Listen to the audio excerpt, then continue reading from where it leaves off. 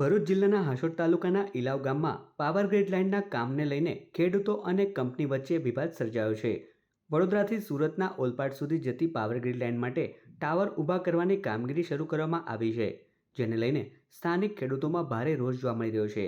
ખેડૂતોનો આક્ષેપ છે કે પાવર ગ્રીડ કંપની દ્વારા ટાવર માટે ખોદકામની કામગીરી કરવા તેમના ખેતરોમાં ગેરકાયદેસર રીતે રસ્તો બનાવવામાં આવ્યો છે।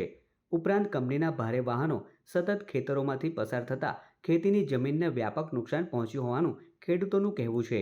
આ મુદ્દે આશરે 50 જેટલા ખેડૂતોએ એકત્રિત થઈ વિરોધ પ્રદર્શન કર્યું હતું। ખેડૂતોની માંગ છે કે તેમની મંજૂરી વિના કોઈપણ પ્રકારની કામગીરી બંધ કરવામાં આવે અને થયેલા નુકસાનનું યોગ્ય વળતર ચૂકવવામાં આવે। વિરોધ ઉગ્ર બનતા કાયદો અને વ્યવસ્થાની સ્થિતિ જળવાઈ રહે તે માટે પોલીસને સ્થળ પર બોલાવવાની ફરજ પડી હતી। હાલ ખેડૂતો અને કંપની વચ્ચેનો વિવાદ યથાવત છે અને ખેડૂતો દ્વારા પાવર ગ્રીડ લાઇનના કામનો વિરોધ યથાવત રાખવામાં આવ્યો છે। પ્રાઇવેટ માલિકીના રસ્તાને પરમિશન લીધા વગર પાવર ગ્રીડ કંપનીવાળા પ્રાઇવેટ માલિકીની અંદર આ ખોદકામ કરવા આવી ગયા છે। રસ્તાની પરમિશન કોઈ લીધી નથી, આ ઇનલીગલ છે, છતાં પોલીસ ખેડૂતને દબાવે છે અને ખેડૂત સાથે દબાણગીરી કરે છે। હવે સરકારના કર્મચારી છે, અધિકારીઓ છે, પોલીસ છે, એ ઇનલીગલ ઘૂસે છે અને પાવર ગ્રીડને બધો સપોર્ટ આપે છે અને ખેડૂતને સપોર્ટ નથી મળતો। તો હવે ખેડૂત બિલકુલ લાચાર થઈ ગયો છે, તો ખેડૂત જવું ક્યાં? જ્યારે અમે સવાલ કર્યો ત્યારે એવું જવાબ મળ્યો છે કે કોર્ટમાં જાઓ।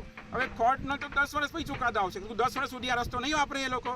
એટલે અમારો મીડિયાના માધ્યમથી સરકારને અને જે પણ લોકલ પ્રશાસનને બધાને સવાલ છે કે ઇનલીગલ આ લોકો જે ઘૂસે છે એના માટે હવે કોને રજૂઆત કરવાની અમારે?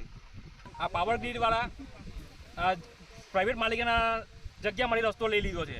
એ કોઈ નોટિસ પણ નથી આપ્યું, અમને કોઈ જાણ પણ નથી કરી કે અમે અહીંથી જઈએ કે નહીં જઈએ।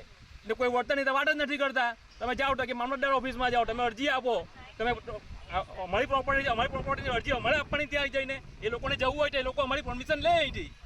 તમારી શું માંગ છે? કંપનીમાં અમારી પરમિશન લઈ અને યોગ્ય વળતર આવે એનું। અત્રે ઉલ્લેખનીય છે કે આ અગાઉ પણ 2 વખત ખેડૂતો દ્વારા યોગ્ય વળતરની માંગ સાથે પાવર ગ્રીડ લાઇનનો વિરોધ નોંધવામાં આવ્યો હતો।